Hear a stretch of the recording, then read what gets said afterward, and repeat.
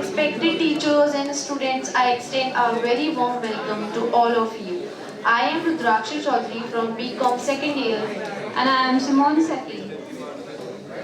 And it's an honor to stand before you and today and hosting this event for all of you. Today, we are glad to have Mr. Surya Pratap Singh with us, who is an entrepreneur, cybersecurity expert, author, mentalist, and artist. He is the director of Hacking Club and CEO of Zovi Infotech Services Private Limited. Also, we have Ms. Sparsh Saxena, the COO of the company. His journey begins at the 16 and within the empty pocket, he is scared by harnessing time and the knowledge. Anything is achievable. His leadership has been the catalyst for our sustainable growth. He is the living empty and the inspiration of young people everywhere. It is truly an honor to stand here today at the esteemed IMT College of Management in the presence of such. Hello, great. In the presence of such visionary leaders and educators. My heartfelt gratitude goes out to directors of this institute, HODs and all the faculty coordinators. मैं आप सभी का दिल से शुक्रिया अदा करता हूँ कि आपने मुझे आज यहाँ बोलने का अवसर प्रदान किया और मौका दिया। चलिए इस सफर की शुरुआत करते हैं।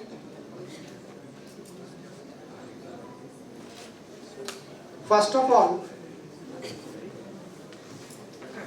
let's know each other better.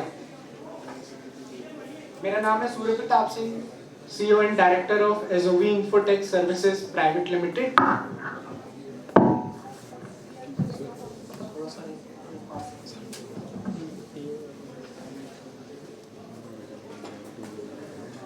Media सबसे अच्छा माध्यम है किसी के भी बारे में जानने और समझने का।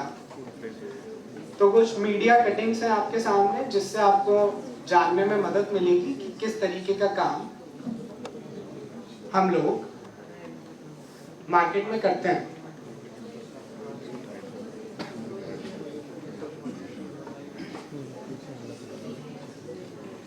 नेशनल हो, इंटरनेशनल हो, रेगुलर हमारे लेख, हमारे आर्टिकल मीडिया में छपते हैं। किस तरह के लोगों के साथ हम जुड़े हुए हैं और किस तरीके के लोगों के साथ हम काम करते हैं, सब तो नहीं पर कुछ लोगों के बारे में जरूर बताना चाहेंगे। ये है IAS इंदुमती जी, DM फतेहपुर, इनके साथ भी हमने काम किया है। डॉक्टर M जयप्रकाशन जी हैं।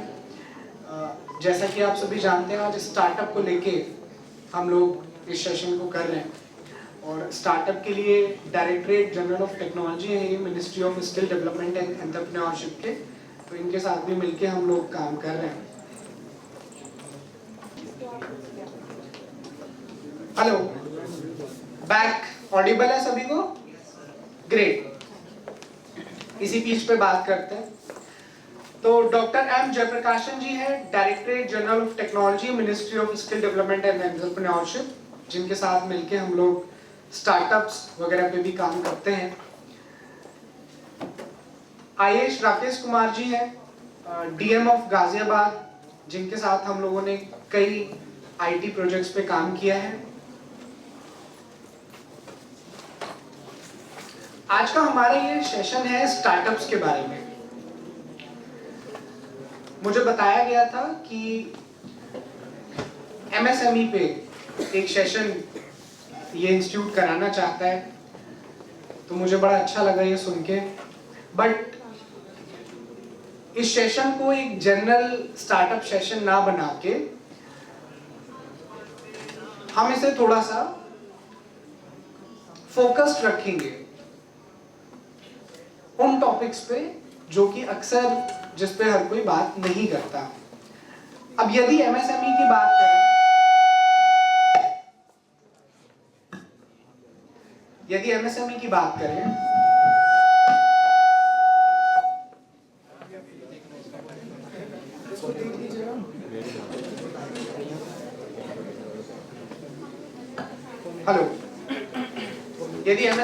बात करें तो देखिए, एक सीए को हायर कीजिए, वो सीए ज्यादा अच्छे से जानता है कि क्या रजिस्ट्रेशन प्रोसेस होगा, तो आपके कंपनी के लिए वो रजिस्ट्रेशन प्रोसेस अप्लाई करेगा। कंपनी रजिस्ट्रेशन हो जाने के बाद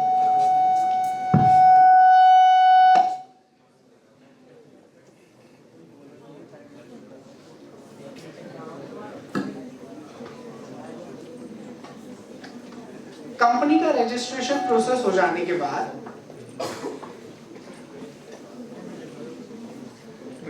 एमएसएमई और स्टार्टअप में आप लोग अप्लाई कर सकते हैं। एमएसएमई में अगर अप्लाई करना है तो डायरेक्टली एमएसएमई के वेबसाइट पे जाके आपको अपने कंपनी का डिटेल वहां पे डालना होता है और एमएसएमई का फ्री ऑफ कॉस्ट रजिस्ट्रेशन हो जाता है, जिसके बाद गवर्नमेंट के कुछ बेनिफिट्स आपको मिलते हैं। स्टार्टअप इंडिया की बात करें तो अगर एक स्टार्टअप के तौर पे आपको रिकॉग्नाइजेशन चाहिए गवर्नमेंट से, एक स्टार्टअप के तौर पे आप जाने जाएं, तो सिर्फ कंपनी रजिस्ट्रेशन कराना इनफ नहीं होता, उसके लिए स्टार्टअप इंडिया के पोर्टल पे आपको अप्लाई करना पड़ेगा।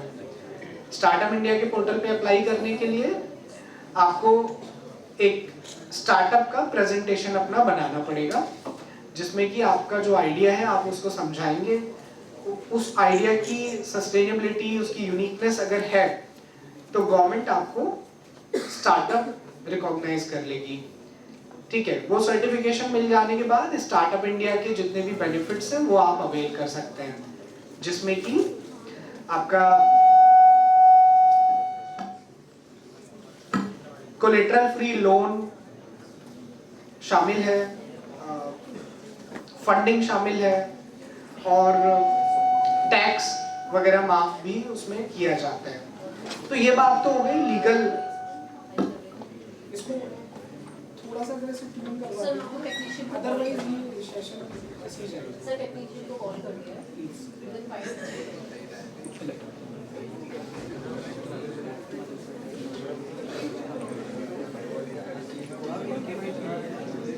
अच्छा, डायरेक्टली मेरी आवाज कहाँ तक आ रही है बताएंगे जरा? बैक तक आ रही है? ग्रेट। तो बिना माइक के हम बात करें तो ज्यादा बेहतर रहेगा, जब तक कि माइक का इशू ठीक नहीं हो जाता। ओके, बैक बेंचर्स आवाज आ रही है? रेज योर हैंड लास्ट तक। ग्रेट, परफेक्ट, काम तो सबके सही है। स्टार्टअप की बात कर रहे हैं हम लोग। Now I am more comfortable. मैं खुद एक जगह खड़े होकर बात नहीं कर सकता, तो मैंने डिमांड ये रखी थी आपके कॉलेज से कि अगर वायरलेस माइक वगैरह मिल जाए तो बेहतर रहेगा, बट बैक तक अगर आवाज डायरेक्टली जा रही है तो वेल एंड गुड है। Okay, what a successful startup needs. एक सफल स्टार्टअप के लिए क्या चाहिए, इस पे आज मैं चर्चा करने वाला हूँ। ठीक है, क्लासिकल वही पुरानी घिसी पिटी बातें हम नहीं करेंगे, उससे आप बोर हो जाएंगे। ठीक, रेदर देन हमारी खुद की जर्नी में हमने एक समय पे खुद स्टार्टअप किया, हमारी जर्नी में हम अब तक क्या समझ पाए, क्या जान पाए, वो इनसाइट्स मैं आपसे शेयर करने वाला हूँ। मजा भी आएगा और आप अपने आप से रिलेट कर पाएंगे, क्योंकि हम भी आप ही की एज के हैं और आपके लिए उम्मीद है कि ये इंस्पिरेशनल भी रहेगा। अच्छा, मैं आपको बताऊं अपने इनसाइट्स, उससे पहले मैं आप लोगों से जानना चाहता हूं, अगर हम साथ में इंटरेक्ट करेंगे तो और ज्यादा सेशन को बेहतर बना सकते हैं। ठीक है, तो ज्यादा बेहतर होगा कि हम एक दूसरे से बातचीत कर पाए। आपको क्या लगता है कि एक सफल स्टार्टअप के लिए क्या जरूरी है? कौन विलिंगली बोलना चाहेगा? Raise your hand. जी हाँ, एक टीम। और कोई बताना चाहेगा कुछ? हाँ जी, business plan, business plan, capital चाहिए। ओके, पैसे के बिना क्या होगा? Innovation, investment, very good. तो ऐसे कुछ इंग्रेडिएंट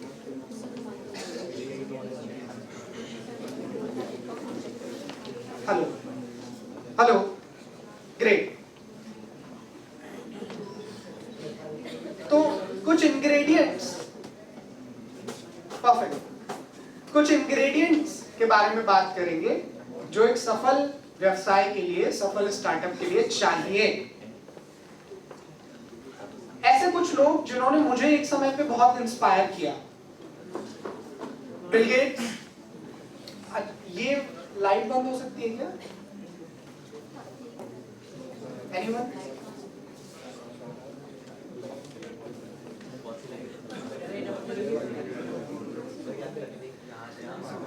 बिल गेट्स तो इंटरनेशनल हीरो है आईटी के सेक्टर में, और हमारा स्टार्टअप भी आईटी के सेक्टर में ही था। आईटी के अलावा ऐसे कुछ इंडियन लोग जो मुझे इंस्पायर करते हैं, जैसे नारायण मूर्ति जी, इन्फोसिस के सीईओ हैं। अजहर इकबाल। स्टार्टअप इंडिया किस किसने देखा है? तो सॉरी, शार्क टैंक इंडिया। बहुत सारे लोग हैं, बहुत सारे व्यूअर्स हैं। शार्क टैंक इंडिया पे ये जज के तौर पे भी आ चुके हैं अजहर इकबाल। अभी लेटेस्ट जो सेशन हुआ था, आई थिंक 3rd सीजन आया था, उसमें आए थे। तो इन शॉर्ट्स के सीईओ हैं। अब इन शॉर्ट्स एक बहुत ही ज्यादा फैसिनेट करने वाला प्लेटफॉर्म मेरे को शुरुआत से लगा।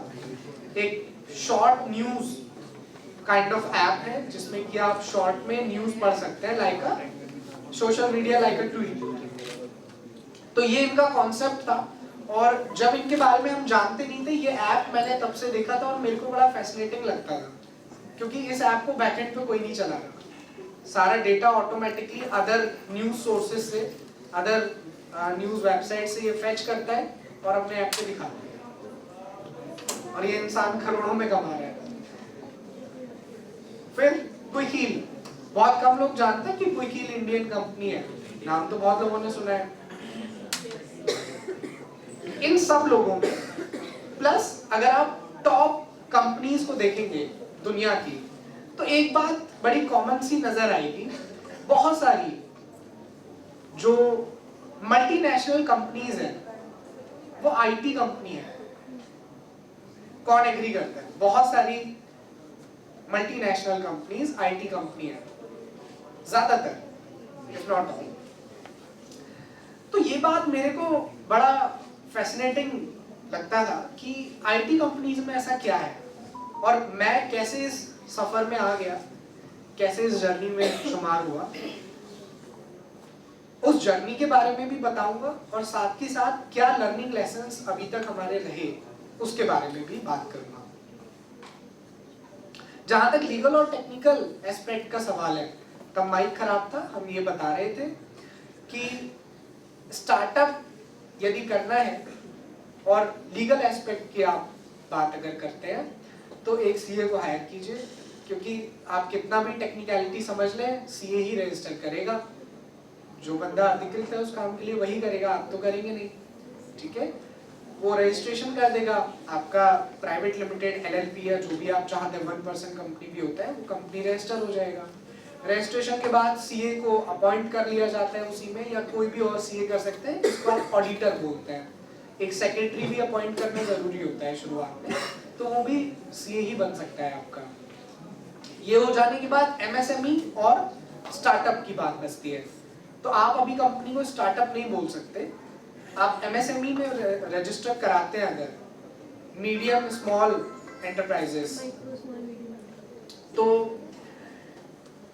कुछ गवर्नमेंट के बेनिफिट्स हैं जो आप उसके बाद रिडीम कर सकते हैं। फ्री ऑफ कॉस्ट रजिस्ट्रेशन होता है, एमएसएमई की वेबसाइट पे जाइए, अपने कंपनी का सारा डिटेल वहां पे फिल आउट कीजिए और उसका सर्टिफिकेशन मिल जाएगा, ठीक है। स्टार्टअप की अगर बात करें तो स्टार्टअप में थोड़ा सा खेल अलग है, थोड़ा सा डिफरेंट है। स्टार्टअप के लिए रिकॉग्नाइजेशन चाहिए, और वो गवर्नमेंट हर किसी को नहीं देती, ठीक है। उसके लिए अगर आपको सारे बेनिफिट गवर्नमेंट के रिडीम करना है, तो अपने स्टार्टअप आइडिया को बताना पड़ता है। तो एक प्रेजेंटेशन बनानी होती है, उसका भी सारा जो स्ट्रक्चर है वो इंटरनेट पे मिल जाता है, ठीक है। आपका आइडिया ऐसा होना चाहिए जो थोड़ा सा जॉब क्रिएट करे, सस्टेनेबल हो, स्केलेबल हो। अगर ये चीजें हैं तो गवर्नमेंट आपको रिकॉग्नाइजेशन दे देगी, within a month, within a week भी आ जाता है, तो आप स्टार्टअप बन जाते हैं। उसके बाद स्टार्टअप्स के जो बेनिफिट है वो रिडीम कर सकते हैं, ठीक है, जिस बारे में मैं शुरुआत में बता रहा था। तो जिन भी लोगों का ये क्वेश्चन था कि टेक्निकलिटी या लीगैलिटी बताएं कि कैसे होगा प्रोसेस, वो यही है बस।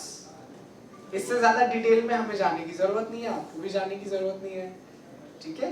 तो आज का पूरा सेशन इस बात पे हम फोकस करेंगे कि देखिए रजिस्ट्रेशन तो करा लिया, वो कोई बड़ी चीज नहीं है, चंद पैसों में कोई भी करा सकता है। मुश्किल से 10,000 का मैक्सिमम इन्वेस्टमेंट है, 10-20,000 में आप करा सकते हो, ठीक है, क्योंकि आपको फीस भी देनी पड़ेगी, लीगल पर्सन जो भी हायर करोगे कराने के लिए और अपॉइंट वगैरह जो भी करोगे उसका थोड़ा बहुत फीस है, तो वो सब मिला के 10-20,000 के अंडर हो जाता है। That's not a big task. कहानी इसके बाद शुरू होती है, आप उसको किक स्टार्ट कैसे करेंगे और चलाएंगे कैसे, और अभी तक की जर्नी में हमने क्या सीखा, उस विषय पे मैं आज चर्चा कर रहा हूं। तो ये जिन लोगों के बारे में मैंने बताया, इन्होंने कैसे किया, बहुत ज्यादा पैसा ना होने के बावजूद, बहुत कम इन्वेस्टमेंट के बावजूद इन लोगों ने स्टार्ट किया अपने बिजनेस को। हाउ, कैसे? तो देखिए एक बड़ी गजब की बात, एक गोल्ड माइन स्टार्टअप के फील्ड में ना हर कोई खोज रहा है गोल्ड माइन ना, कम मेहनत करे, आसानी से कैसे पैसा कमाया जाए, हाँ 4 दिन में पैसा डबल वाला स्कीम हर कोई ढूंढ रहा है।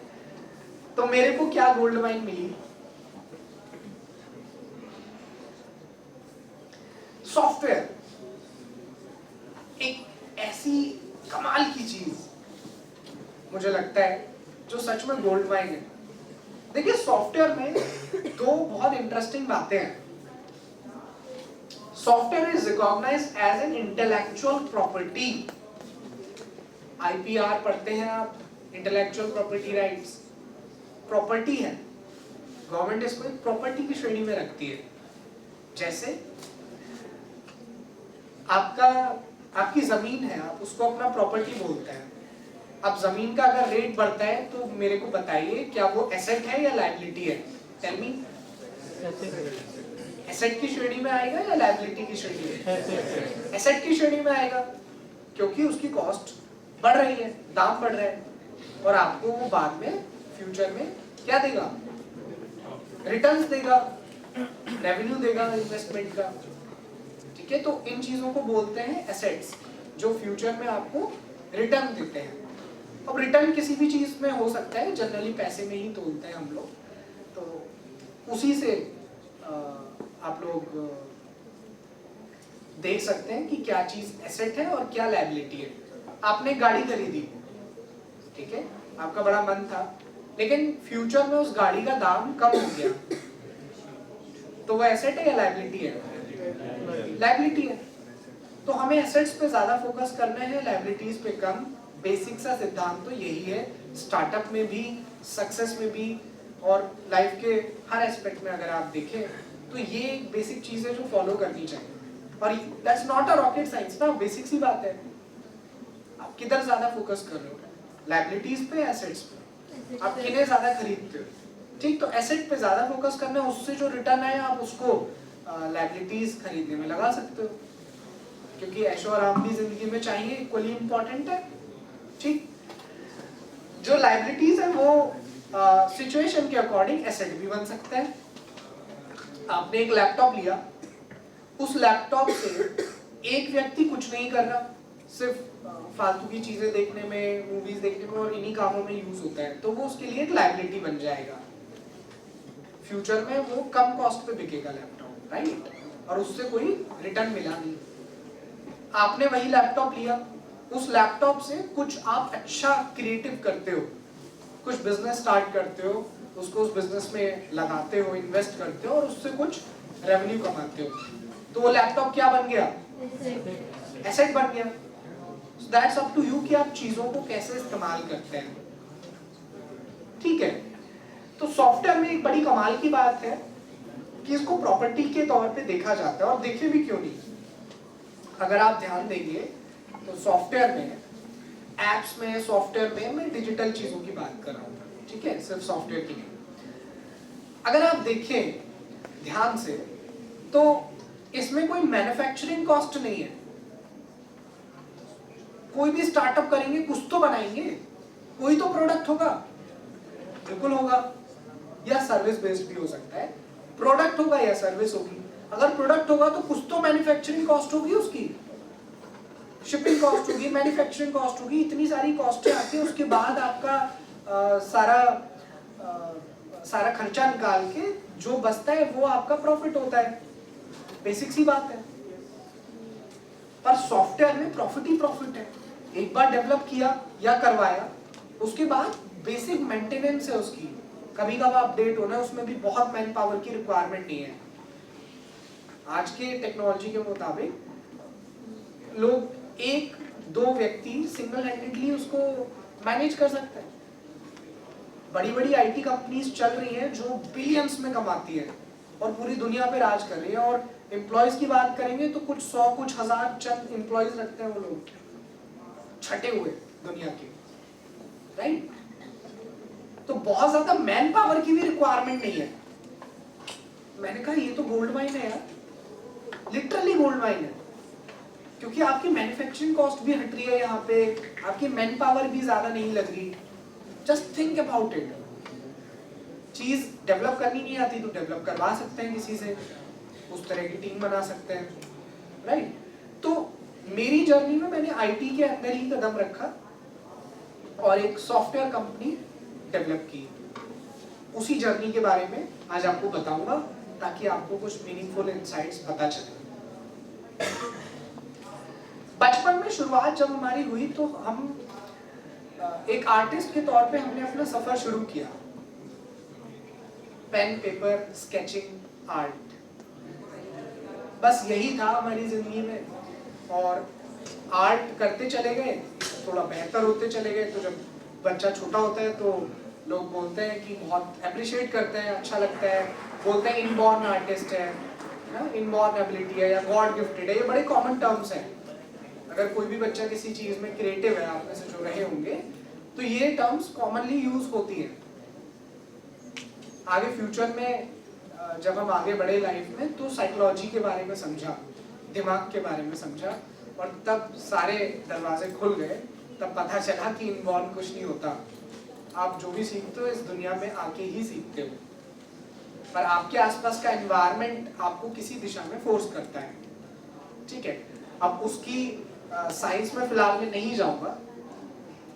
तो जब बड़े हुए तो हम बोलते थे, हर एक से लोग पूछते थे क्या बनेगा, मैं बोलता था आर्टिस्ट बनूंगा, हाँ, लियोनार्डो दा विंची जैसा, पिकासो जैसा। ये सपने थे, बच्चा तो कुछ भी सोचता है। फिर लोग बताते थे कि बेटा आर्टिस्ट बनेगा तो इंडिया में पैदा हुआ है, यहाँ खाएगा और कमाएगा कैसे, बीवी बच्चे कैसे पालेगा। कहीं और पैदा हुए होते तो सोच सकते थे इसको हॉबी की तरह रखो, लेकिन कुछ ना कुछ अपना पढ़ाई लिखाई में भी करो, ध्यान दो। और मेरा ध्यान बिल्कुल नहीं था पढ़ाई लिखाई की तरफ। तो हुआ क्या, दो चीजें होती हैं। कोई आपको बांध के जंजीर से बैठा नहीं सकता, बहुत से लोग रुक जाते हैं समाज के पीयर प्रेशर के कारण, दबाव के कारण, और अपने आप को रोक लेते हैं। अपने आप को रोकना है या आगे बढ़ाना है, that is up to you. कोई आपको जंजीर से बांध के नहीं बैठा सकता। हर कोई बोल सकता है, ठीक है, मेंटल टॉर्चर मिल सकता है, बट कोई रोक नहीं सकता। क्या कर रहे हैं that is up to you. तो मैंने अपने आप को रोका नहीं।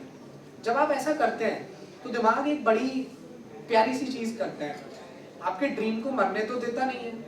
दिमाग क्या करता है, और नए ऑप्शंस ढूंढता है कि कैसे मैं इस चीज को आगे बढ़ाऊं। अगर सीधे रास्ता ब्लॉक है तो घूम के कैसे आगे जाए, दिमाग विकल्प देगा। दिमाग का काम ही है तार्किक, राइट। तो दिमाग विकल्प देगा, ऑप्शंस देगा, नेगेटिव पॉजिटिव दोनों आपके सामने रखने शुरू करेगा। दिमाग ने रखा, और मुझे पता चला, बचपन में कार्टून्स देखते थे, गेम्स खेलते थे, मुझे पता चला ये सब चीजें तो कंप्यूटर पे बनती हैं। तब कंप्यूटर नहीं आता था हमको, आर्टिस्ट थे। तो जब ये पता चला तो एक फादर ने एक कंप्यूटर गिफ्ट किया हमें बचपन में। तब तो सिर्फ गेम खेलने के लिए ही इस्तेमाल होता था, पर धीरे धीरे मुझे पता चलना शुरू हुआ, इधर उधर से पढ़ना शुरू किया, तो एनिमेशन, ग्राफिक डिजाइनिंग की तरफ हम जाने लगे। अब उसमें तो पूरी दुनिया ही बदल गई, अपॉर्चुनिटी दिखी। एक पेपर पे ड्राइंग है, उसमें कोई मूवमेंट नहीं है, उसका एक सर्टेन स्कोप है और उसमें चांस वाली बात है आप सफल होते हैं या नहीं होते। पर जब वो ड्राइंग में मूवमेंट आ जाती है, जान आ जाती है कंप्यूटर के कारण, तो संभावनाएं भी बढ़ जाती है। अलग अलग इंडस्ट्रीज आ जाती है सामने, ग्राफिक डिजाइनिंग से लेके एनिमेशन से लेके वीएफएक्स मूवीज में जो होता है उससे लेके आपका गेमिंग तक, संभावनाएं ही संभावनाएं, right. In fact in marketing also graphic designers की जरूरत तो पड़ती है ना प्रमोशन के लिए, पड़ती है नहीं पड़ती है, हर जगह नीड थी। तो हम उसको सीखने लगे। अगर तब के बारे में बताऊं तो कुछ शुरुआती ग्राफिक्स आप देख सकते हो कि तब हम कैसे ड्रॉ करते थे। मेरे फादर ने तब एक ग्राफिक टैबलेट लाके दिया मेरे को, वो भी जिद पे दिया था, क्योंकि फादर को उसका कोई काम ही समझ नहीं आता था ये है क्या। और उस समय बहुत कॉस्टली होते थे ग्राफिक टैबलेट। लाइक एक तो आपका नॉर्मल टैबलेट होता है, एक टैबलेट होता है जिसमें स्क्रीन नहीं होती, आपका सिर्फ पेन होता है और एक स्लेट टाइप का होता है जो कंप्यूटर से कनेक्ट होता है। आपको हैंड का मूवमेंट उसमें नीचे करना होता है और देखना होता है सामने। तो एक अलग एक्सपीरियंस था, जैसे पहली बार आप माउस चलाते हो ना, बड़ा ऑड सा लगता है पहला एक्सपीरियंस जब माउस पकड़ा होगा कंप्यूटर का। ठीक ऐसा ही एक्सपीरियंस था, लेकिन धीरे धीरे सीख गए और आगे बढ़ना शुरू हुआ। उस समय एक सॉफ्टवेयर मेरे सामने आया जिसका नाम था फ्लैश। एडोब का ये सॉफ्टवेयर था। एडोब बहुत बड़ी सॉफ्टवेयर कंपनी है, आपको पता है, नोएडा में तो ऑफिस भी है एडोब का। जानता है कौन कौन नहीं जानता है? एडोब का ऑफिस तो नोएडा में ही है, राइट। सबसे बड़ी सॉफ्टवेयर कंपनी में से एक है एडोब, और क्रिएटिव टूल्स, क्रिएटिव सॉफ्टवेयर्स बनाती है। तो उसका एक सॉफ्टवेयर था फ्लैश, जिसमें मेरी नजर पड़ी, जिसमें ग्राफिक डिजाइनिंग, एनिमेशन और लाइक एक मिक्स था चीजों का, एक खिचड़ी जैसा था। और खास बात ये थी कि इसमें कुछ प्रोग्रामिंग, कुछ कोडिंग भी हो जाती थी, और उसकी मदद से आप कुछ सॉफ्टवेयर बेसिक बना सकते थे। तो ग्राफिक्स से शुरू हुआ, धीरे धीरे एनिमेशन सीखा, धीरे धीरे इंटरेस्ट आने लगा कि इसमें कोडिंग वगैरह कैसे होती है। उस समय मेरे मदर ने, मैंने बहुत जिद किया।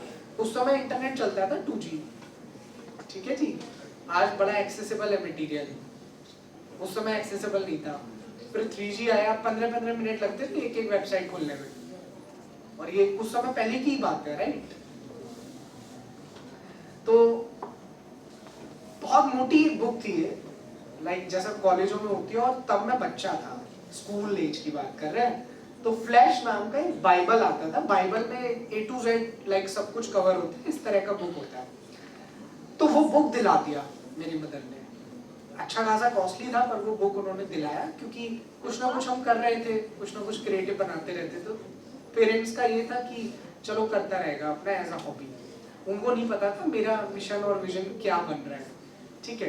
तो उन्होंने दिलाया। इस बुक को पढ़ के मैंने उसको बहुत अच्छे से सीख लिया, और धीरे धीरे सॉफ्टवेयर डिजाइनिंग भी मेरे को आने लगा। स्कूल में आए तो एक चॉइस आती है 11th क्लास में आपके पास, बायो या मैथ का चॉइस आता है, राइट। कंप्यूटर, अच्छा उसमें भी क्या रहता है, फिर मैथ अगर आप चूज करते हो तो कंप्यूटर या फिर फिजिकल एजुकेशन का चॉइस होता है। किस किसने फिजिकल एजुकेशन का सब्जेक्ट लिया था स्कूल में, देखिए जरा, काफी लोग थे, मेरे संगी साथी बहुत थे। तो मैंने भी फिजिकल एजुकेशन चूज किया, लिटरली। क्यों? क्योंकि बचपन से पढ़ाई लिखाई में तो ज्यादा कुछ स्कोप मुझे दिखता नहीं था, और शौक भी नहीं था, क्योंकि चीजें कुछ और ही पसंद आ रही थी। तो कभी भी रेक्टाफिकेशन किया नहीं, और मैथ में उस वजह से हमेशा हम पिछड़ जाते थे, एक मैथ और एक केमिस्ट्री। केमिस्ट्री में H2O फॉर्मूले से ज्यादा मेरे को कुछ कभी समझ आया नहीं, और मैथ में tan थीटा cos थीटा से आगे नहीं बढ़े यार, ठीक है। तो ऐसा हाल था, पास हो जाते थे बस, उतनी ख्वाहिश होती थी और उतना कर लेते थे। कभी कभी उसमें भी दिक्कत आती थी, ठीक। तो फिजिकल एजुकेशन हमने लिया, फिजिकल एजुकेशन। अब आज अगर हमें कोई देखेगा एक आईटी कंपनी चलाते हैं और सॉफ्टवेयर वगैरह बनाए, कोई सोच नहीं सकता कि फिजिकल एजुकेशन था। तो फिजिकल एजुकेशन सिर्फ इसलिए लिया ताकि थोड़ा सा मैथ वगैरह से दूर रह सके, क्योंकि मुझे लोगों ने बताया कि भैया अगर कंप्यूटर लोगे तो इसमें तो मैथ आती है। मैंने कहा यहाँ तो बच जाए। ठीक, ये अच्छा हुआ कि ऐसा किया, क्योंकि एक फील्ड की चार दीवारी होती है ना, मेरे को वो नहीं मिली, फाउंडेशन नहीं मिली। हम खुले पंछी की तरह जहां उड़ना चाहते थे, जो एक्सप्लोर करना चाहते थे, वो एक्सप्लोर कर पाए। अगर वो फाउंडेशंस होती तो शायद उतना ही सीखते जितना सिखाया जाता है हर बच्चे की तरह, पर वो बाउंड्रीज मुझे मिली नहीं। तो खैर वो एक अलग स्टोरी है कि अपना पहला सॉफ्टवेयर जो पब्लिश किया वो रिपोर्ट कार्ड बिल्डर ही क्यों बनाया, जो आप स्क्रीन के सामने देख पा रहे हो। सॉफ्टवेयर और भी बनाए, पर ये पहला था जो पब्लिश किया, जो यूज हुआ। तो स्कूल में ऐसा एक इंसिडेंस हुआ, एक ऐसा वाक्य हुआ जिसकी वजह से मैंने सोचा कि ऐसा कुछ बनाता हूँ। फिजिकल एजुकेशन की क्लास होती थी तो खेलने में भी कोई खास इंटरेस्ट हमारा था नहीं, ऐसे ही ले लिया था। कंप्यूटर में ज़्यादा इंटरेस्ट था। तो क्लास में ना खाली कई बार बैठे होते थे, हम जाते नहीं थे ग्राउंड में खेलने के लिए। एक दिन प्रिंसिपल निकल रही थी क्लास से, जैसे ही वो गुजरी उन्होंने देखा, उनको लगा शायद इसकी तबीयत खराब है, तभी बैठा होता है बच्चा अकेला। तो जब मैंने देखा कि प्रिंसिपल निकल रही है तो वो रुक गई। उन्होंने पूछा कि कर क्या रहे हो, तो मुझे लगा शायद बता देना चाहिए।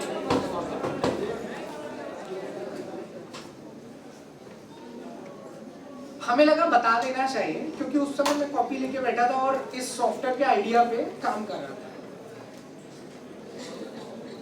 मैंने मैम को दिखाया कि ऐसा ऐसा कुछ मैं बना रहा हूँ। उन्होंने कहा चलो लेके आना इसको, देखते हैं क्या कर रहे हैं आपने। तो चाहते हम कुछ ऐसा ही थे कि कुछ तो पब्लिसिटी मिले, और बहुत ही इंट्रोवर्ट थे तब, बात भी ज्यादा किसी से कर नहीं पाते थे, ज्यादा दोस्त भी नहीं थे, बहुत ज्यादा इंट्रोवर्ट थे।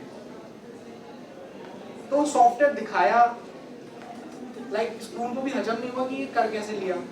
जो स्कूल में टीचर्स पढ़ाते थे उन तक को नहीं आता था, कंप्यूटर के जो टीचर्स थे, कि प्रॉपर फुल फ्लेश्ड सॉफ्टवेयर कैसे बनाए। अब वो हैरान, टीचर्स ने देखा, तो तय ये हुआ कि प्रोफेसर्स को बुलाते हैं कुछ कॉलेजेस और यूनिवर्सिटीज के आसपास के, और वो ज़्यादा अच्छे से चेक कर पाएंगे कि ये कॉपी तो नहीं कर लिया कुछ, क्योंकि बहुत बड़ी चीज़ थी। उससे पहले ऐसा स्कूल एज में कुछ हुआ नहीं था हमारे स्कूल। तो प्रोफेसर्स को बुलाया नेक्स्ट डे। प्रोफेसर्स ने अच्छे से सब इंटरोगेट किया, चेक किया, मेरे को बैठा के सारा नॉलेज वगैरह चेक किया, और उन्होंने उसके बाद एक लाइन बोली मेरे सामने, हमारे प्रिंसिपल से, फीमेल प्रिंसिपल थी। उन्होंने कहा खरा सोना मिलाया आपको, ये एकदम जेन्युइन काम किया बच्चे ने, आप इसको प्रमोट कर सकते हैं। नेक्स्ट डे संडे था, मेरे पे कॉल आता है, घर पे थे कि मीडिया वाले बुलाए हुए हैं और आप आ जाओ। अब वो पहला वाकया था, क्योंकि उससे पहले पढ़ाई में तो कुछ थे ही नहीं हम, राइट, बसते थे, पास हो जाए बस उतनी ख्वाहिश थी। अभी पहला इंसिडेंस था जब मीडिया वाले सिर्फ मेरे लिए बुलाए गए थे और सिर्फ हमारी कवरेज आने वाली थी। तो पहुंचे, खैर वो पहला इंटरव्यू बहुत एम्बैरेसिंग इंटरव्यू था। जो प्रिंट में आया वो तो अच्छा ही था, फोटो ही लेते हैं। टीवी में भी आया, वो थोड़ा सा एम्बैरेसिंग था क्योंकि पहला था और मैं बहुत इंट्रोवर्ट था, बोल हम पाते नहीं थे। खैर वो हुआ। इस तरह का कुछ सॉफ्टवेयर था, फुल स्क्रीन पे चलता था, जो आप अपने सामने देख रहे हो, उसका एक स्क्रीनशॉट वो हुआ। और ये कुछ मीडिया कटिंग्स है आपके सामने जो आप देख पा रहे हैं, और वो खबर आ गई। तब जो एप्रिसिएशन मिला, जो पब्लिसिटी मिली, हर कोई पूछ रहा है। और अट्रैक्शन किसको नहीं चाहिए? जो कहता है नहीं चाहिए वो झूठ बोल रहा है। जब आप बच्चे होते हो ना, साइकोलॉजिकल एस्पेक्ट से बात करो, अभी उसके बारे में बताऊंगा, वो एस्पेक्ट भी है जुड़ा हुआ हमारे साथ। ठीक, साइकोलॉजी को समझा एक समय पे, तब दिशा और दशा पूरी तरह से बदल गई। तो साइकोलॉजिकल एस्पेक्ट है, जब आप छोटे होते हो ना, बच्चा अट्रैक्शन डिमांड करता है नहीं करता। छोटे बच्चे किसी घर में जाएगा, थोड़ी देर तो शांत बैठेगा, अगर थोड़ा सीधा है तो बाद में वो भी तबाही मचा रहा होता है ऐसा, राइट? आप में से बचपन में किसका बचपन ऐसा रहा है, सोच लो। तो वो समय के साथ जब नॉलेज आ जाती है, थोड़ा ईगो आ जाता है, तो आप उस चीज को छुपा देते हो उस पर्दे से, ठीक। बट कोर में कहीं ना कहीं वो चीज हमेशा होती है। मैंने तो उसको खुल के एक्सप्रेस किया और चाहा भी और मिला भी, ठीक। पब्लिसिटी, लाइमलाइट कैसे मिले। तो तब जब पहली बार ऐसा हुआ, मुझे लगा शायद यही मेरे को करना चाहिए, दिलो जान से मुझे यही काम करना चाहिए। ये काम ऐसा है जिसमें मेरे को सेटिस्फेक्शन भी मिलता है और वाहवाही भी हो रही है। फिर स्कूल ने बोला कि सॉफ्टवेयर को यूज करेंगे, कुछ पैसे भी देंगे। मैंने कहा यार पैसा भी मिल रहा है और कोई पूछ भी रहा है, सम्मान भी मिल रहा है, इससे ज्यादा और क्या चाहिए। वैसे इंट्रोवर्ट थे, चाहत तो लेकिन हर एक की होती है खुलने मिलने की, लड़के लड़कियां सब पूछ रहे थे। अब और कंप्यूटर के सॉरी जो टीचर थे, पहली बार उनसे तब मुलाकात हुई क्योंकि कंप्यूटर साइंस तो थी नहीं हमारे पास, तो लैब में बुलाने लग गए थे मेरे को, जबकि मेरे पास कंप्यूटर साइंस नहीं थी। तो जब ये एक्सपीरियंस हुआ तब मैंने तय किया कि ये वो इंडस्ट्री है जो मुझे पिक करनी है और मैं दिलो जान से उसी की तरफ आगे बढ़ता चला। 24 घंटे का मेरा वही काम बन गया, कंप्यूटर में ही डूबे रहते थे। आगे बढ़े, कॉलेज आ गया। अब अपना मिशन क्लियर था कॉलेज में कि हमें खुद का स्टार्टअप करना है, खुद की कंपनी चलानी है, अपने पैरों पे खड़ा होना है, खुद का मालिक बनना है, हाँ, नौकर बन के नौकरी नहीं करनी है।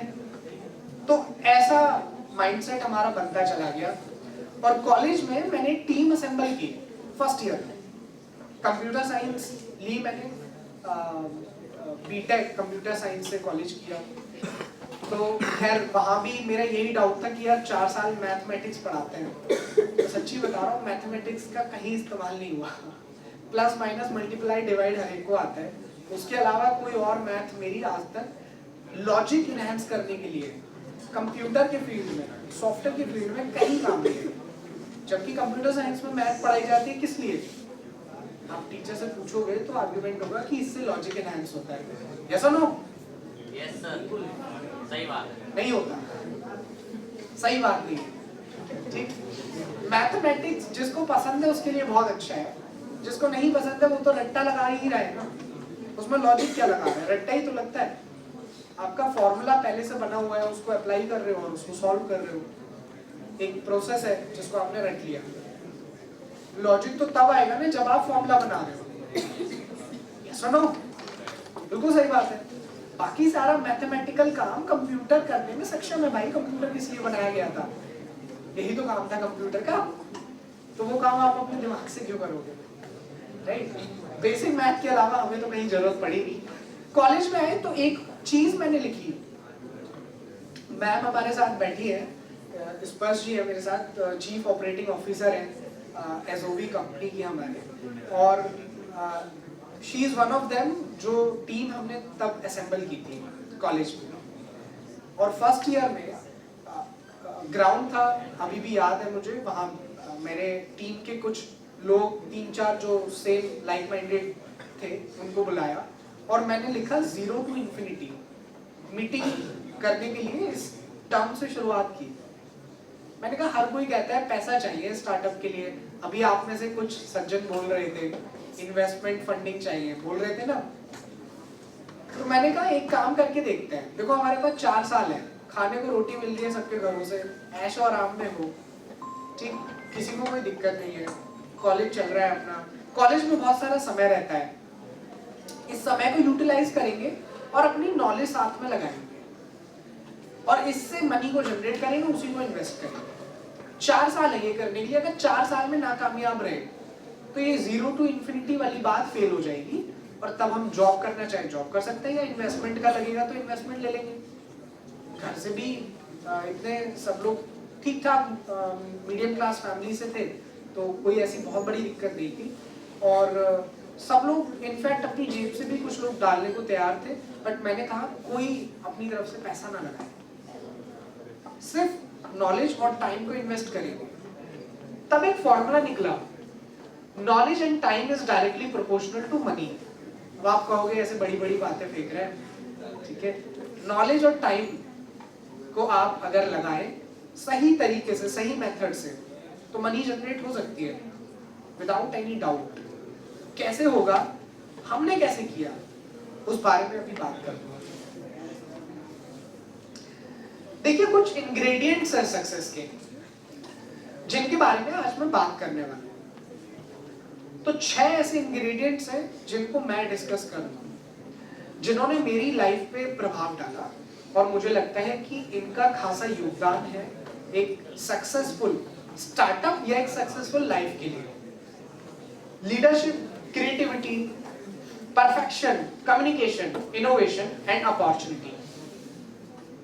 Firstly let's talk about leadership.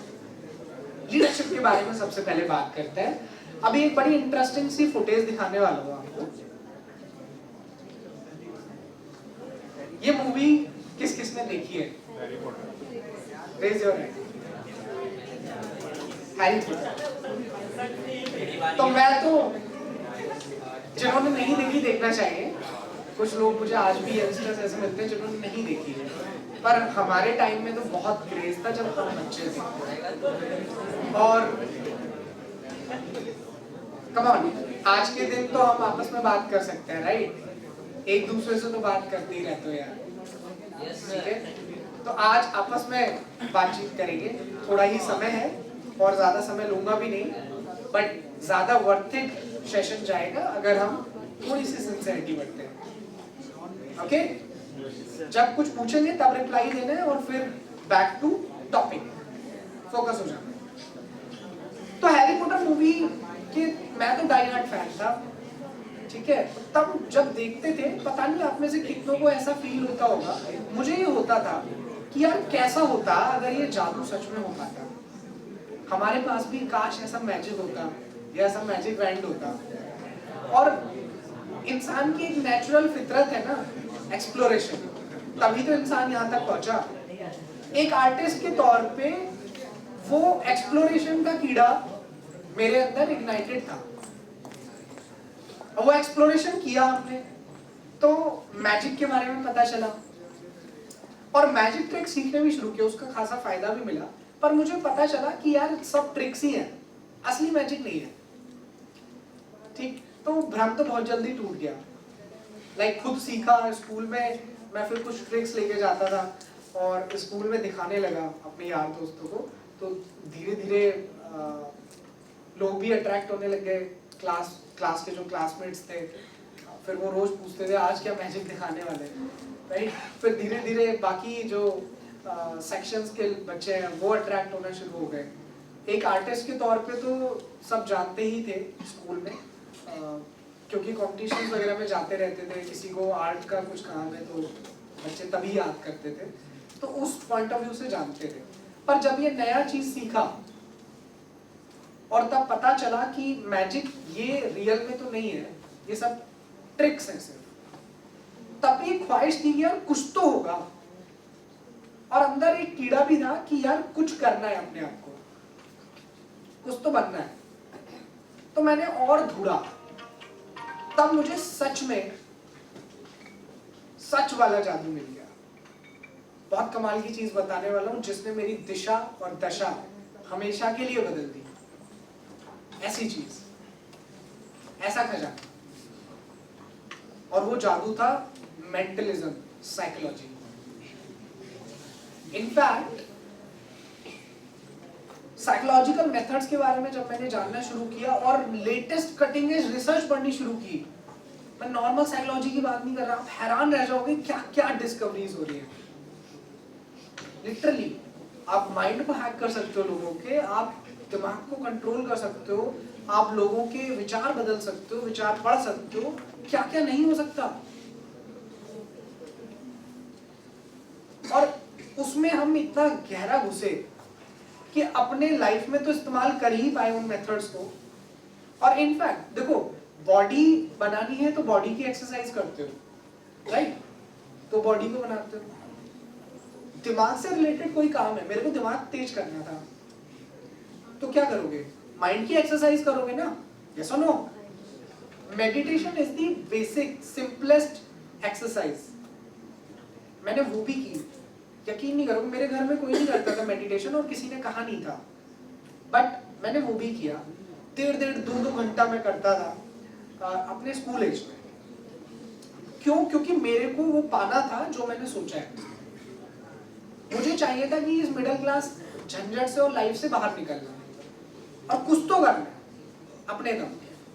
मैंने कहा उसके लिए जो भी मेथड हो सकता है मैं यूज करके देखूंगा। उसके बाद यदि काम आता है, यदि कुछ चेंज आता है तो अपनाएंगे, वरना उसको छोड़ के नए मेथड को ढूंढेंगे। तो इस तरीके से हम एक्सप्लोर करते गए, इस्तेमाल करते गए, और जब पीछे मुड़ के देखा 1 2 साल के बाद, तो जैसे हम पहले थे उससे बदल चुके थे।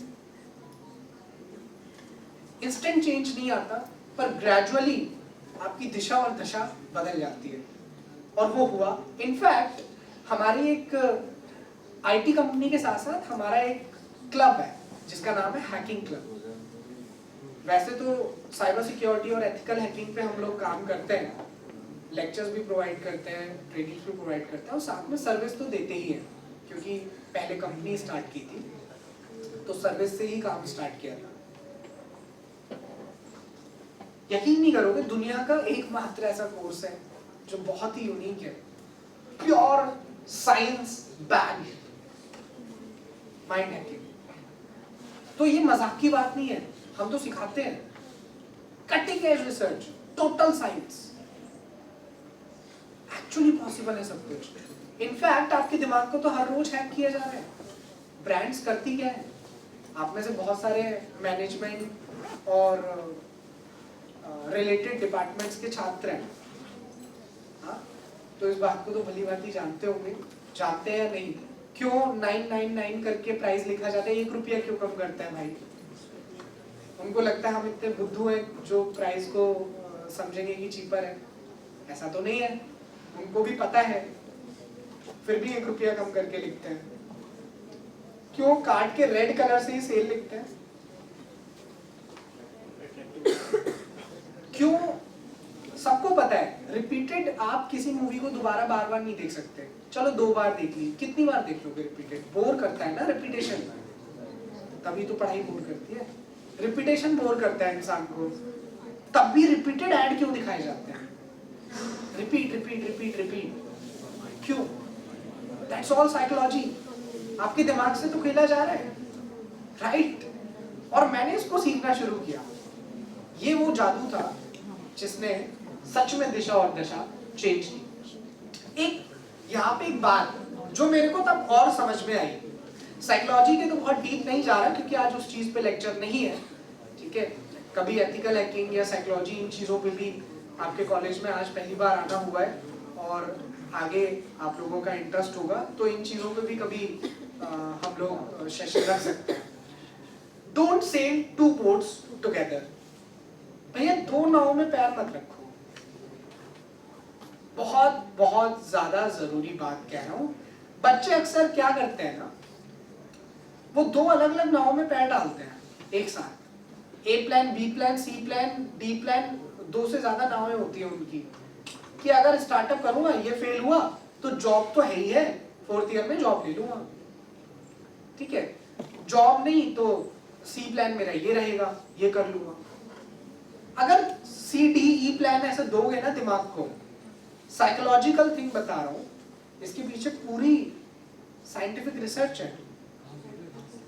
आपका दिमाग आखिरी ऑप्शन पे लाके आपको पटकेगा 100%। ठीक? जहाज में बैठे लड़ाई लड़ने गए एक दूसरे आइलैंड पे, ठीक है?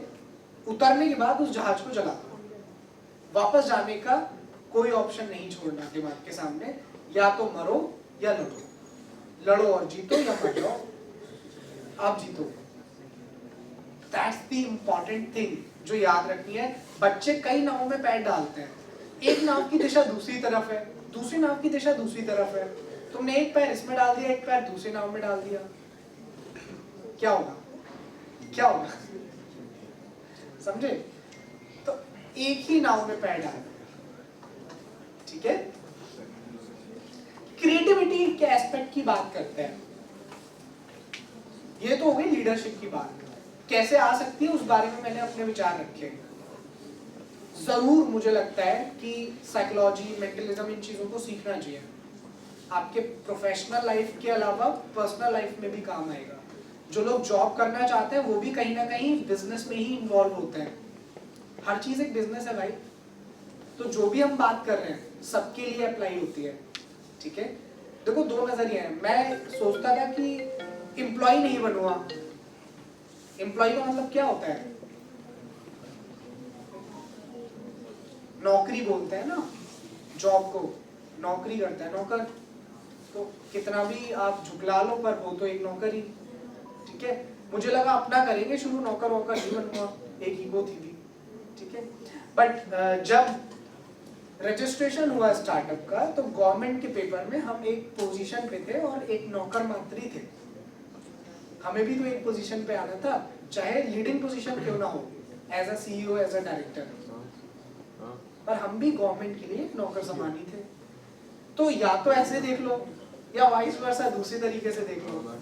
जॉब में आप लगते हो तो उस बिजनेस की एक इकाई बनते हो, आप भी एक चप्पू चला रहे हो नाव में, ठीक है, आप भी साथ दे रहे हो उस मंजिल तक जाने के लिए। जब आप खुद का बिजनेस शुरू करते हो तो उसके कैप्टन होते हो, that is the only difference. तो जो हम डिस्कस कर रहे हैं ना लाइफ के हर एस्पेक्ट में ही अप्लाई होता है, सिंपल, ठीक। मुझे लगता है बात डीप तक भी जाएगी और आप कनेक्ट भी कर पाओगे मेरी बातों से, ठीक है। एक स्टूडेंट के तौर पे, एक टीनेजर के तौर पे हमें क्या प्रॉब्लम्स आई, आपको रोजमर्रा में क्या परेशानियां आती हैं, आपके दिमाग में क्या चलता है, मेरी कोशिश है कि मैं उससे रिलेट कर पाऊं। ऑलराइट, क्रिएटिविटी का क्या एस्पेक्ट है, तो देखो भैया मैंने बहुत सोचा इस पे कि मैं क्रिएटिव कैसे था बचपन से। और क्रिएटिव तो इंसान किसी भी चीज में हो सकता है, राइट, आर्ट्स की बात नहीं करते, और भी फील्ड है। क्रिएटिविटी क्रिएटिविटी है, अगर आपके अंदर है तो हर फील्ड में अप्लाई होती है और आप कर सकते हो। जब साइकोलॉजी को समझा तो ये चीज समझ में आ गई कि हम सिर्फ बाउंडेड नहीं है। अगर मैं बचपन से अच्छा था आर्ट्स में तो सिर्फ आर्ट तक सीमित नहीं हूँ, क्रिएटिविटी तो हर चीज में अप्लाई कर सकते हैं।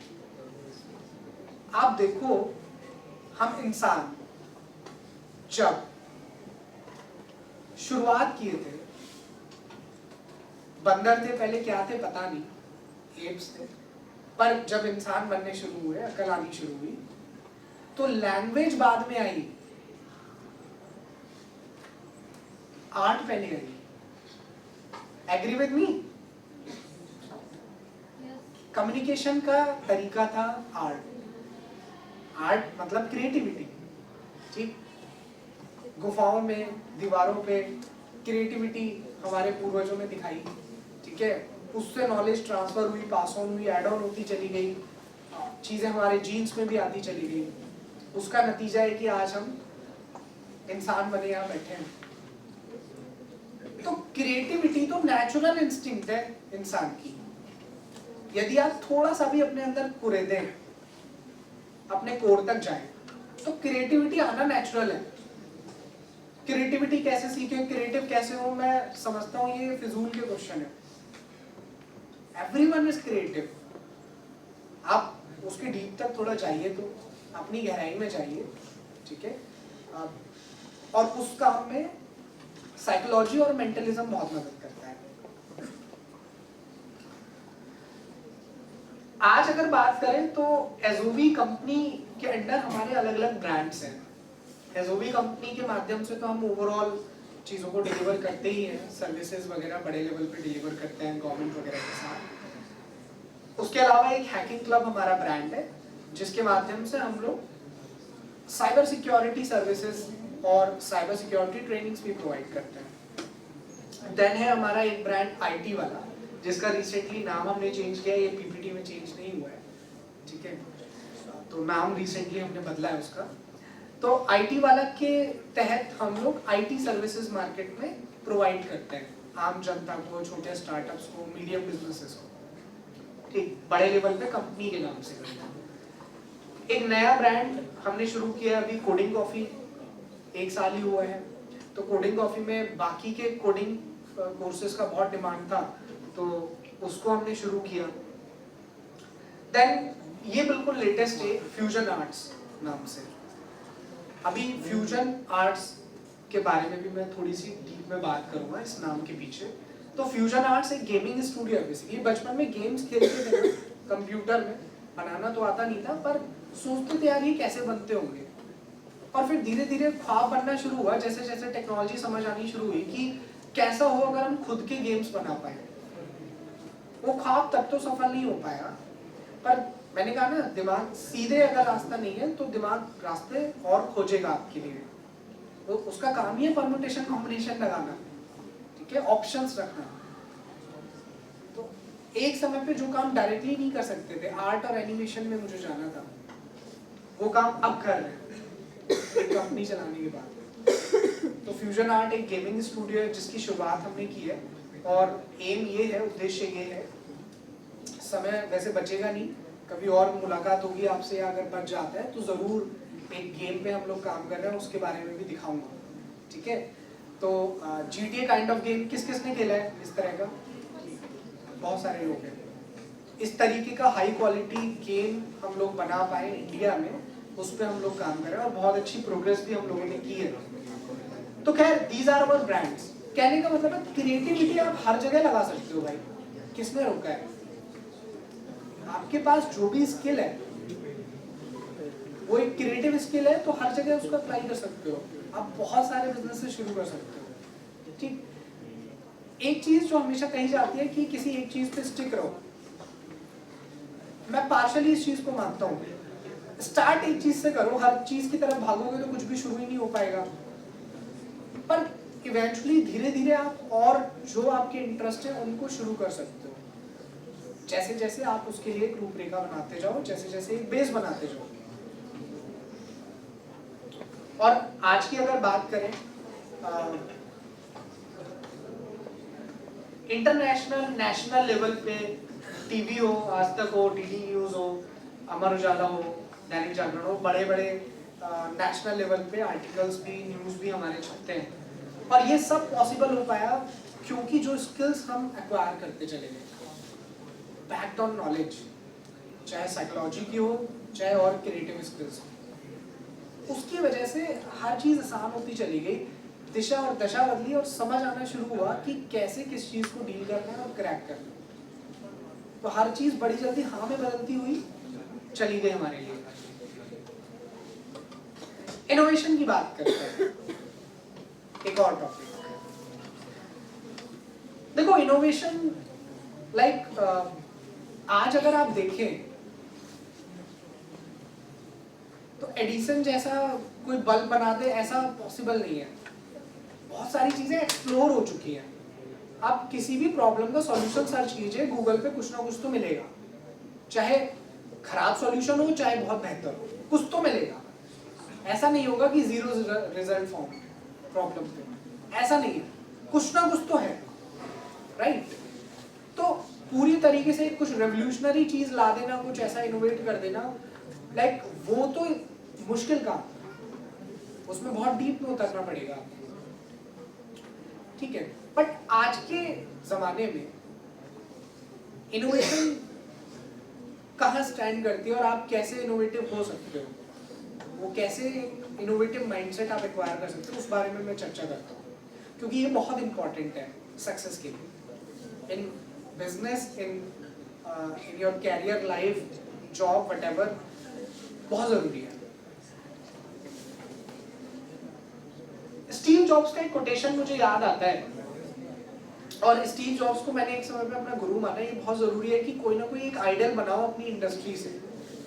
देखो बहुत से लोग आते हैं, कहते हैं बेटा ये कर ले तू अपनी मंजिल तक ऐसे पहुंच जाएगा, ये कर लेगा तो देख इससे इतना बेनिफिट हो जाएगा, ये वाला एग्जाम दे ले, यहाँ अप्लाई कर दे। बहुत सारे लोग बताते हैं। आपको एक चीज देखनी है, जो भी आपको शख्स बता रहा है, आप ये देखिए क्या वो शख्स उस दिशा में बढ़ रहा है या उस दिशा में उस मंजिल तक पहुंच चुका है जहां पहुंचना चाहते हैं या नहीं।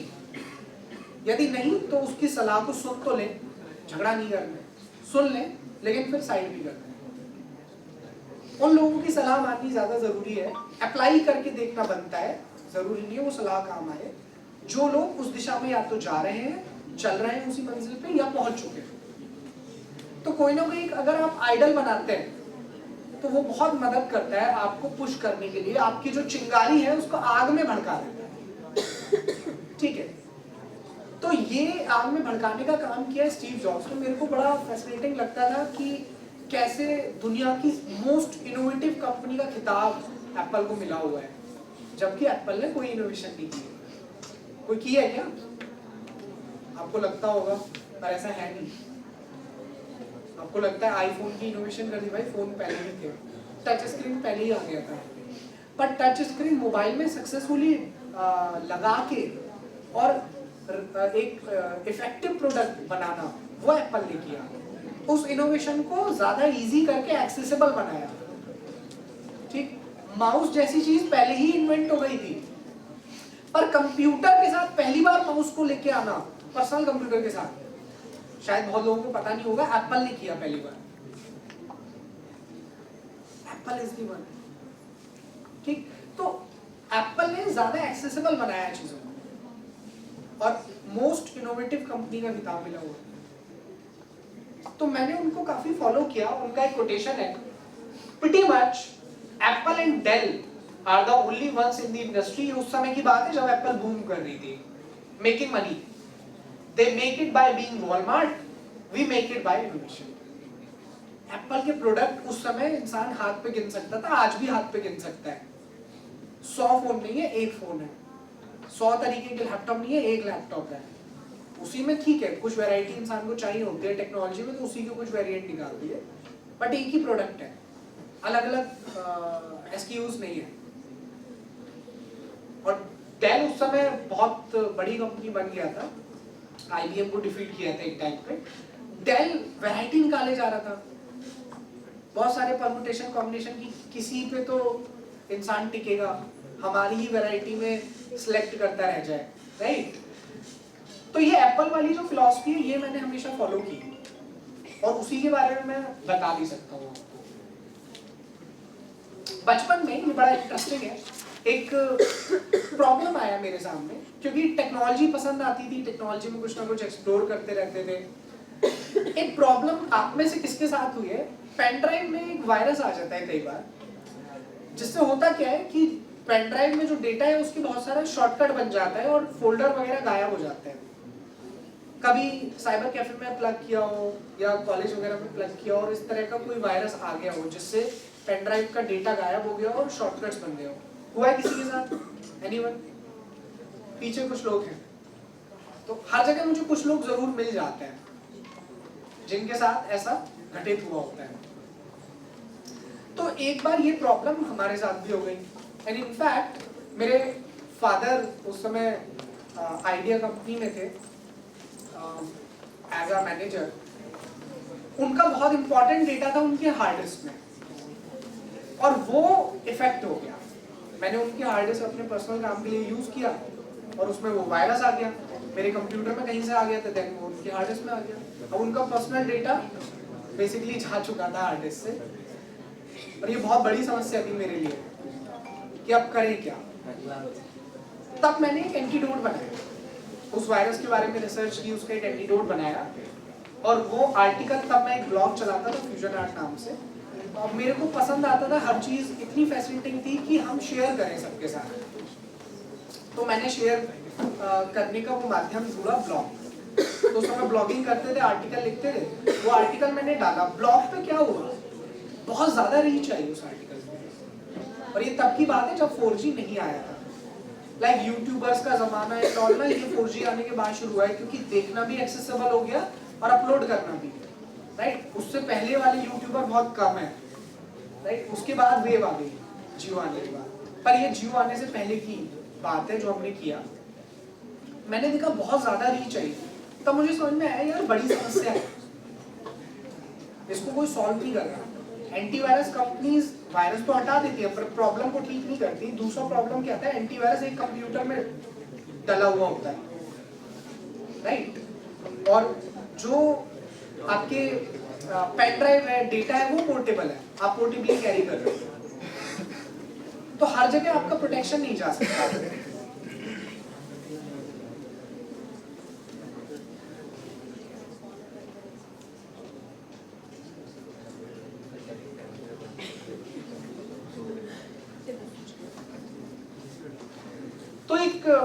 टूल हमने रेडी किया, बाद में एक प्रोडक्ट रेडी किया जिसका नाम था यूएसबिट सिक्योर, एक पोर्टेबल एंटीवायरस सिक्योरिटी जो हर समय आपके डेटा के साथ रहता है। छोटा सा ट्यूनअप था, यही आज के जमाने में इनोवेशन है। तो ये प्रोडक्ट हमने बनाया, ये बात थी जब स्कूल और कॉलेज के बीच जो हॉलीडेज मिलती है आपको कॉलेज ज्वाइन करने से पहले, तब उसको डेवलप करना शुरू किया। 2-3 साल लगे इसको डेवलप किया हमने। एक चीज जो मुझे तब समझ में आई, मेरा उस समय हैकिंग में भी बहुत इंटरेस्ट आ रहा था और ग्राफिक डिजाइनिंग में हमारा इंटरेस्ट था ही, तो ग्राफिक डिजाइनिंग अच्छी हो गई थी क्योंकि बचपन से एक आर्टिस्ट थे, और कोडिंग में भी इंटरेस्ट आता गया, सॉफ्टवेयर वगैरह बनाने आ गए थे। Innovation happens when you fuse different fields. जब आप डिफरेंट फील्ड्स को आपस में मिलाते हो तो इनोवेशन होती है, और ये बहुत इफेक्टिव वे है आप अगर कुछ नया बनाना चाहते हो। अगर आप एक फील्ड की 4 दीवारी तक हो तो वो तो सब एक्सप्लोर्ड ही है, पर जब डिफरेंट फील्ड्स को मिलाते हो तो कुछ नया बनता है। कम्युनिकेशन की बात करते हैं। कम्युनिकेशन सक्सेस का सबसे बड़ा पैरामीटर है, राज है, जिसको आपको करना ही पड़ता है। यूएसबिट सिक्योर तो बना लिया, पर इसको चलाने के लिए ना मेरे को सपोर्ट की जरूरत थी, और तब हम स्टूडेंट थे, कॉलेज में आ चुके थे। देन मैंने सोचा यार सपोर्ट कहाँ से मिलेगा, टेक्निकल सपोर्ट की भी जरूरत थी, ठीक है। तो हमने फैसला किया कि कुछ मेल्स भेजेंगे एंटीवायरस कंपनीज को। हालांकि एंटीवायरस कंपनीज को अगर देखें तो वो तो मेरी राइवल हो गई, क्योंकि मैंने भी सिमिलर काइंड ऑफ प्रोडक्ट ही बनाया। कुछ इनोवेटिव था पर प्रोडक्ट तो एक एंटीवायरस ही था। मैंने कहा फिर भी कोई तो भला होगा जो मदद करे, तो ज्यादा ना सोच के मैंने मेल्स भेजने शुरू किए। 50 एंटीवायरस कंपनीज को मेल भेजा। 2 बड़ी कंपनियां मान गई, कैस्परस्की एंड वायरस टोटल। ये तब की बात है जब कॉलेज में पढ़ते थे, तब तक कॉलेज भी पास नहीं किया था। इन्होंने ये नहीं पूछा डिग्री क्या है, परसेंटेज कितनी आई, कॉलेज किया नहीं किया, किस सिटी से हो, किस देश से हो। बहुत छोटी सी जगह से थे, नोएडा में तो अब हमारा ऑफिस है, पर तब बहुत छोटी जगह से थे, मुरादाबाद। तो 2 बड़ी कंपनियों ने हाँ बोल दी। वायरस टोटल गूगल बैक्ड है, गूगल ने इस स्टार्टअप को बड़ा किया है, लाइक गूगल भी स्टार्टअप्स को सपोर्ट करता है। कैस्परस्की रशिया की सबसे बड़ी साइबर सिक्योरिटी कंपनी है, इनफैक्ट वर्ल्ड में टॉप 2 नंबर पे आती है। परफेक्शन की बात करते हैं, ऑलमोस्ट हम लोग एंड करने वाले, तो 2 पॉइंट और है मेरे जिसपे मैं अपने विचार रखूंगा आज, और होपफुली ये आपके काम आएंगे। अगर परफेक्शन की बात करें तो स्टीव जॉब्स से मेरे को सीखने को मिला परफेक्शनिज्म। कोई भी चीज आप बनाएं उसको अपने लिहाज से देखें कि वो परफेक्ट है या नहीं। आप कुछ भी बना के अगर परोस देंगे, कुछ समय तो बिजनेस को चला सकते हैं, बट लॉन्ग टर्म सस्टेन नहीं कर सकते। खैर, इसका एक एग्जांपल मैं देना चाहता था, पर अभी समय की कमी है तो वो नहीं कवर करूंगा क्योंकि लेक्चर थोड़ा सा लेट शुरू हुआ। अपॉर्चुनिटी की बात करते हैं यार, ये मोस्ट इंपॉर्टेंट थिंग है जिसके बारे में मैं एक आपको एग्जांपल दूंगा और उसके बाद फिर समाप्त करेंगे। कॉलेज में क्या था, एक बार मैंने देखा कॉलेज में कि हमारे जो चेयरमैन थे कॉलेज के, वो उनका हिंदी से बड़ा प्रेम था। और गणेश सर यहाँ बैठे हुए हैं, मेरे एक समय पे मेंटोर रहे, आपको शायद पता ना हो, तो गणेश सर ने हमें एक समय पे पढ़ाया भी है, ठीक है, मुरादाबाद में। तो गणेश सर भली भांति जानते हैं। तो जो हमारे उस समय चेयरमैन थे कॉलेज के, उनका हिंदी से बड़ा लगाव था। और एक बार मैंने देखा कुछ एक इवेंट चल रहा था, फॉरेनर्स भी आए हुए थे और हिंदी के ऊपर वो इवेंट था, हिंदी को प्रमोट कर रहे थे। मैंने ये बात मेरे को क्लिक कर दी और मैं चाहता था, देखिए सक्सेस तभी हो सकती है जब आप अपने से बेहतर लोगों के साथ जुड़े, वो लोग आपको और ऊपर खींचते हैं। तो लिंक बिल्डिंग बहुत जरूरी है, ठीक। मैंने क्या किया, जो मेरे पास चीज थी उसी का एडवांटेज लिया। मेरे पास सॉफ्टवेयर डेवलपमेंट की स्किल थी और मैं जल्दी उन चीजों को डेवलप कर लेता था। मैंने एक टूल बनाया सिर्फ इसी काम के लिए, उसका कोई पर्पस ये नहीं था कि फ्यूचर में उसको चलाएंगे, लाइक चल गया तो चला लेंगे, नहीं तो उसको ड्रॉप कर देंगे, जल्दी बन सकता था। हिंदी में टाइपिंग करने के लिए एक सॉफ्टवेयर बनाया, हिंदी का कीबोर्ड वगैरह लगा के फॉन्ट डाल के, वो मुश्किल से होती थी टाइपिंग। आज जैसे आप मोबाइल में कर लेते हो ना, इंग्लिश में लिखते हो हिंदी में लिख जाता है, राइट? तो कंप्यूटर पे थोड़ा सा मुश्किल होता था उस समय ये काम। मैंने उस चीज को थोड़ा सा आसान किया, ठीक है? बहुत ज्यादा मुश्किल काम नहीं था, अगर टेक्नोलॉजी कोई समझता है तो समझ पाएगा। ऐसा सॉफ्टवेयर था, इसका नाम मैंने रखा हिंदू, और मैंने ये पिच किया अपने हेड के सामने, पिच किया, उनसे बोला कि सर अगर इसको आप आगे बढ़ाएं, हमारे चेयरमैन सर हिंदी को पसंद करते हैं, प्रमोट करते हैं, तो अगर वहां तक आप बात पहुंचाएं। उन्होंने आगे बात की, उनका कोई इवेंट होने वाला था, और उस इवेंट में उन्होंने कहा कि इस बच्चे को बुला लो और जो भी इसने बनाया ये उसको वहां पे डेमोन्स्ट्रेट कर लिया, लॉन्च कर लिया। हमने किया, एक फुटेज आप देख सकते हैं, और वहां से एक नया लिंक बन गया। लाइक ये एक एग्जांपल दे रहा हूं कि कैसे आप और लिंक्स बना सकते हैं, कैसे आप अप्रोच करते हैं। तो अप्रोच करना, अपॉर्चुनिटी को अपने लिए बनाना, वो बड़ा इंपॉर्टेंट है। अगर ये कला आती है, आपके पास जो भी स्किल्स है उससे आप कैसे एक्वायर कर सकते हैं, तो आप बहुत कुछ कर पाएंगे। क्या है ये बात थी अपॉर्चुनिटी को लेके। अर्निंग को लेके एक बात और कहूंगा, हर कोई पूछता है कि पहला क्लाइंट कैसे एक्वायर करें सर, सब कर लेंगे उसके बाद लाइक बिजनेस कैसे शुरू होगा, पहली इनकम कैसे आएगी, बड़ा मुश्किल लगता है। तो एक बात मैं कहूंगा, एक बुक थी प्रोबेबली शायद रॉबर्ट टी कियोसाकी की बुक थी, उसमें मैंने एक बार पढ़ा, वो बोल रहे थे कि अपने आसपास देखो, जो लोग इजीली एक्सेसिबल है, आपके हर समय आसपास है आपके एनवायरनमेंट में, उन लोगों को आप अपने कस्टमर बना सकते हो बहुत आसानी से।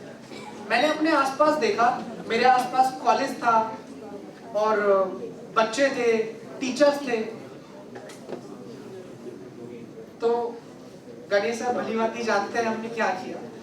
मैंने उसके लिए भी सॉफ्टवेयर बनाया। एक प्रॉब्लम थी, मैंने देखा कि कॉलेज में हर कोई डाउनलोड कर रहा है वीडियोस वगैरह, तो एक सॉफ्टवेयर बिल्ड किया वीडियो डाउनलोड करने के लिए। ये कोई इनोवेशन नहीं थी, प्योरली बिजनेस एक्वायर करने के लिए, क्योंकि पैसे चाहिए थे, कंपनी रजिस्टर करानी थी कॉलेज में, कैसे करते हैं। तो एक वो सॉफ्टवेयर हमने बनाया वीडियो डाउनलोड करने के लिए, और उसके लाइसेंसिंग हमने कहा कि यार देंगे, इसका एक सिस्टम बनाओ जिससे लाइसेंस की जनरेट हो ओरिजिनल, और वो हम बच्चों को पकड़ा पाए, क्योंकि इनकी ये नीड है। तो अगर ओरिजिनल चीज देंगे, पायरेटेड से बेटर है वो ओरिजिनल इस्तेमाल करें और उसके एडवांटेज लें, ठीक। और मैंने अपनी टीम को गैदर किया, तब तक टीम काफी बड़ी हो गई थी, 40-50 लोग कुछ जुड़ गए थे कॉलेज में, ठीक है। पर्सनल काइंड ऑफ टीम थी, कोई ऐसा सोसाइटी नहीं था। तो मैंने एक्वायर किया सबको, और मैंने बोला कि यार ये सॉफ्टवेयर हमने बना लिया है, सुबह आया करेंगे और कॉलेज में निकल जाएंगे हर जगह, जब भी मौका मिलेगा, जब भी जिसका लेक्चर फ्री है, और 2-2 के ग्रुप में पेयर में निकलेंगे, एक शीट लेके हर एक को अपने बारे में बताएंगे, तो उस टूल को पकड़ाएंगे, और जो जितने भी पैसे दे उतने में लाइसेंस को बेच देंगे। मैंने लिटरली ये कह रखा था, कोई मिल जाए 20 रुपए में भी अगर लाइसेंस बिकेगा, तो बच्चे के जेब से 20 रुपए निकलवाना और उसको लाइसेंस दे के आना, ये बता दी कि इससे ज्यादा तो तुम लुक्कड़ पे चाय में खर्च कर देते हो, ठीक है। वो काम किया और बहुत ज्यादा सक्सेसफुल भी रहे उसमें, बहुत ज्यादा पैसा तो नहीं, पर ये पहली अर्निंग थी, पैसा कमाने में हम सक्सेसफुल रहे। टीचर्स से अच्छे पैसे भी मिले, अप्रिसिएशन भी मिली, प्रमोट भी हुआ, सबको पता चला हमारे बारे में, ठीक। और बच्चों से जो कुछ नहीं जिससे निकल सकता था, उससे भी 20 रुपए भी सही, 10 रुपए भी सही हमने निकलवाए, और वो लाइसेंस दिया सॉफ्टवेयर को। बाद में भले ही उस सॉफ्टवेयर का कुछ नहीं किया, कभी अपडेट नहीं किया, ठीक है, पर इस तरीके से हमने पैसे कमाए और अपनी कंपनी को रजिस्टर कराया। दैट्स हाउ वी स्टार्टेड, ठीक। ये वो सॉफ्टवेयर था, और ये वो हमारी टीम थी। सारे लोग तो नहीं है, बट उस समय का एक फोटो देख सकते हो आप कॉलेज का। खैर ये इस सब पे मैं नहीं आऊंगा, और भी चीजें हैं, बट आज उस पर चर्चा नहीं करूंगा। 2017 में हैकिंग क्लब की शुरुआत कर ली हमने ऑफिशियली, साथ ही साथ कंपनी के, और ट्रेनिंग्स वगैरह देना भी शुरू किया, क्योंकि मेरा एक शौक था एक इंटरेस्ट था कि जो भी इतना फैसिनेटिंग है, मतलब इतना कुछ था, मुझे लगता था सबको पता होना चाहिए। शुरुआत ब्लॉग से की थी, बाद में वो और डेवलप हुआ तो हमने लेक्चर देने शुरू कर दिए अपने ही कॉलेज में। उसमें अच्छा इंटरेस्ट आया तो और भी कॉलेजेस में जाना शुरू कर दिया। धीरे धीरे एक इंटरेस्ट ये बनने लगा लोगों का कि हमें तो पूरा नॉलेज चाहिए, पूरी ट्रेनिंग चाहिए। तो फिर अपना खुद का फाउंडिंग स्टोन रखा हमने हैकिंग क्लब का, और एक क्लब तैयार किया जिसमें हम लोग ट्रेन भी कर पाए और सर्विसेज भी प्रोवाइड करें। तो हैकिंग क्लब की शुरुआत कुछ इस तरीके से हुई। किस तरह के ट्रेनिंग्स हम लोग कराते हैं, किस तरह का माहौल रहता है, वो कुछ ग्लिम्स आप देख सकते हैं। और सिर्फ इंस्टीट्यूशंस में नहीं, कॉर्पोरेट में नहीं, पुलिस विभाग के साथ भी हम लोग काम करते हैं और उन्हें भी ट्रेन करते हैं। देन मुरादाबाद से डिपार्चर हुआ हमारा और आखिर में हम आ गए नोएडा, क्योंकि मुरादाबाद में लाइक बहुत उसको हमें नहीं नजर आ रहा था और वो घड़ी थी कि हमें लगा कि अब हमें बड़े शहर की तरफ जाना चाहिए। एनसीआर की तरफ हमने मूव कर लिया। आज नोएडा में हमारा खुद का ऑफिस है, खुद की कंपनी है और ये सारे वेंचर्स हम लोग चलाते हैं। तो अभी तक की जर्नी कुछ ऐसी रही। एक चीज जो आज एंड करते समय बोलूंगा, real entrepreneurs can start from zero any time. कोई डर नहीं होता कि आप गिर जाओगे, क्योंकि आप हमेशा अगर रूट से जुड़े हुए और बिल्कुल जीरो से उठे हो, जीरो से शुरू किया, तो आप कभी भी शुरू कर सकते हो, क्योंकि आपको वो कला आती होगी, वो आपके पास वो स्किल्स होंगी। इन्वेस्टमेंट लेके शुरू करना, उसमें बहुत सारी चीजें आप गवा देते हो, क्योंकि खुद का पैसा नहीं होता तो आप उस तरीके से मेहनत भी नहीं करते, राइट। तो आज का सेशन इसी के साथ, इन्हीं शब्दों के साथ यहीं पे समाप्त।